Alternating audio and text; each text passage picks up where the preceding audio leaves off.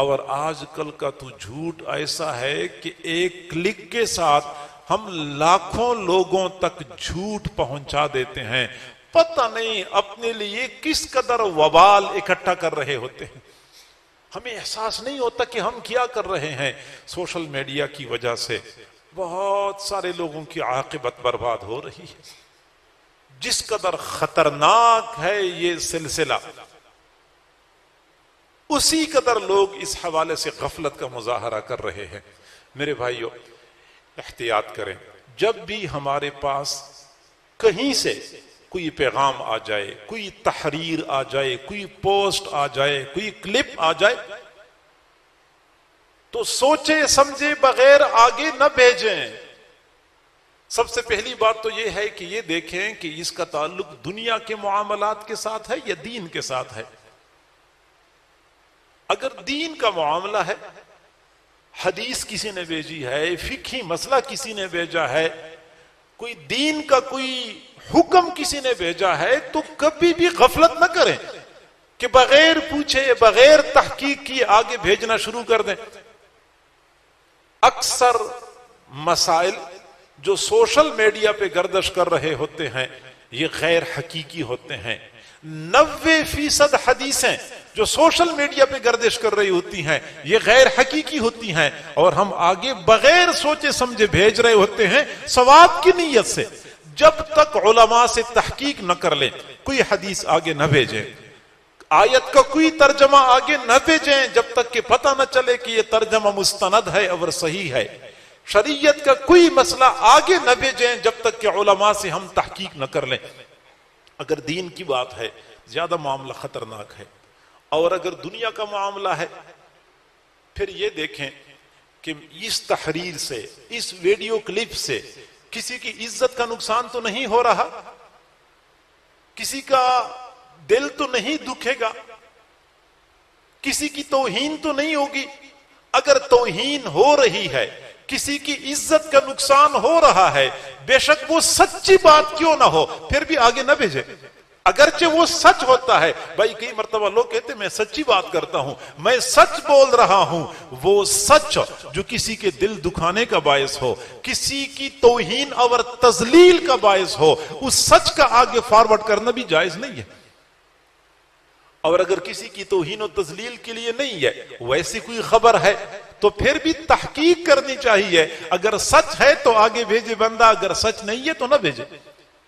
یعنی میں نے بتا دیا کہ اگر وہ، دوبارہ میں عرض کروں یہ معاملہ بڑا حساس ہے، اگر تو وہ دین کا معاملہ ہے، کوئی آیت ہے، آیت کا ترجمہ ہے، یا حدیث ہے، یا شریعت کا مسئلہ ہے، یا کسی معاملے کا حکم ہے،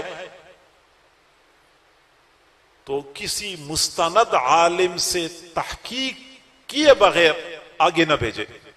اور اگر کوئی دنیاوی امور کا معاملہ ہے پھر یہ دیکھیں، خواہ وہ تحریر ہے، خواہ وہ کوئی ویڈیو ہے، کوئی کلپ ہے، کوئی کسی کا بیان ہے، پھر یہ دیکھیں کہ اس سے کسی کی توہین تو نہیں ہوگی، کسی کی دل آزاری تو نہیں ہوگی، کسی کی عزت کا نقصان تو نہیں ہوگا۔ اگر ہے تو بے شک سچ کیوں نہ ہو پھر بھی آگے بھیجنے کی اجازت نہیں ہے۔ اور اگر کسی کی توہین اور تذلیل اور عزت کا نقصان پر مشتمل نہیں ہے تو پھر دیکھیں کہ سچ ہے یا جھوٹ ہے۔ اگر سچ ہے تو پھر آگے بھیج سکتے ہیں، اگر وہ جھوٹ ہے تو پھر بھی نہیں بھیج سکتے۔ اور آج ہمارے جو بڑی کمزوری ہے میرے بھائیوں، میں معذرت کے ساتھ عرض کرتا ہوں، یہ سیاسی اختلافات تو پہلے زمانوں میں بھی ہوا کرتے تھے، دوسری اقوام میں بھی سیاسی اختلافات تو ہوتے ہیں، لیکن جس قدر ہمارے ہاں یہ سلسلہ ناگفتگو ہو چکا ہے، جس قدر ہمارے ہاں یہ سلسلہ گندا ہو چکا ہے، یقین کریں بندے کو ڈر لگتا ہے کہ آگے کیا ہونے والا ہے اس قوم کے ساتھ، اور آگے یہ معاملہ کہاں تک پہنچے گا۔ آئے روز اس کی گندگی میں اضافہ ہو رہا ہوتا ہے۔ نہ کوئی کسی کی ماں بہن بیٹی کی عزت کی پرواہ کرتا ہے، نہ کسی کی توہین و تذلیل کا کسی کو احساس ہوتا ہے، نہ جھوٹ کا کسی کو پرواہ ہوتی ہے کہ میں جھوٹی بات نقل کرتا ہوں، نہ کوئی دیندار اور علم اور علماء کی احترام کے تقاضوں کو مد نظر رکھا جاتا ہے۔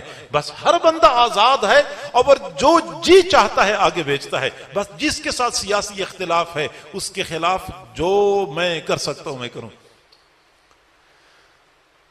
آپ اندازہ لگائیں کہ جب حضور صلی اللہ علیہ وسلم نے ہرقل کے پاس خط بھیجا تھا، دعوتی خط تھا، ہرقل روم کا بادشاہ تھا، اس کے پاس حضور نے خط بھیجا تھا کہ اسلام قبول کر لو۔ وہ بادشاہ بڑا سمجھدار تھا، اس نے سوچا کہ میں خود خط پڑھ کے رائے قائم کروں کہ یہ بندہ صحیح ہے یا غلط ہے، اس کی بجائے بہتر یہ ہے کہ میں اس بندے کے بارے میں پوری تحقیق کر لوں، جس نے نبوت کا دعویٰ کیا ہے میں اس کے بارے میں پوری تحقیق کر لوں۔ چنانچہ اپنے کارندوں سے کہا کہ ہماری ملک میں اگر عرب علاقے سے کوئی قافلہ آیا ہوا ہو تو ان لوگوں کو میرے پاس لے آؤ تاکہ میں اس بندے کے بارے میں تفصیلات پوچھ لوں جس نے نبوت کا دعویٰ کیا ہے۔ تو اس وقت حضرت ابو سفیان رضی اللہ عنہ اور ان کے ساتھیوں کا قافلہ گیا ہوا تھا شام۔ حضرت ابو سفیان ابھی مسلمان نہیں ہو چکے تھے، لیکن ان کو ہرقل کے پاس پہنچایا گیا۔ پھر ہرقل نے کچھ سوالات پوچھے، بہت سمجھدار تھا، بخاری شریف میں وہ لمبی حدیث تفصیل کے ساتھ موجود ہے۔ حضور صلی اللہ علیہ وسلم کا خاندانی پس منظر کیا ہے، آپ کے اخلاق کیا ہیں، آپ کی تعلیمات کیا ہیں، آپ کے آبا و اجداد کیسے تھے، یعنی بہت تفصیل سے سوالات پوچھے۔ اور ان سوالات کے جواب میں حضرت ابو سفیان رضی اللہ عنہ نے ٹھیک ٹھیک جوابات دیے، اور وہ خود فرماتے ہیں کہ میرا دل چاہ رہا تھا کہ میں تھوڑا سا جھوٹ شامل کر دوں، تھوڑا سا جھوٹ شامل کر دوں، لیکن میں ڈر رہا تھا کہ میرے ساتھ اس وقت میرے دوست موجود ہیں، میرے مکہ کے ساتھی موجود ہیں۔ اگر یہ لوگ مکہ میں گئے اور انہوں نے مکہ میں لوگوں کو بتایا کہ ابو سفیان نے ہرقل کے دربار میں جھوٹ بولا تھا، میرا کیا بنے گا؟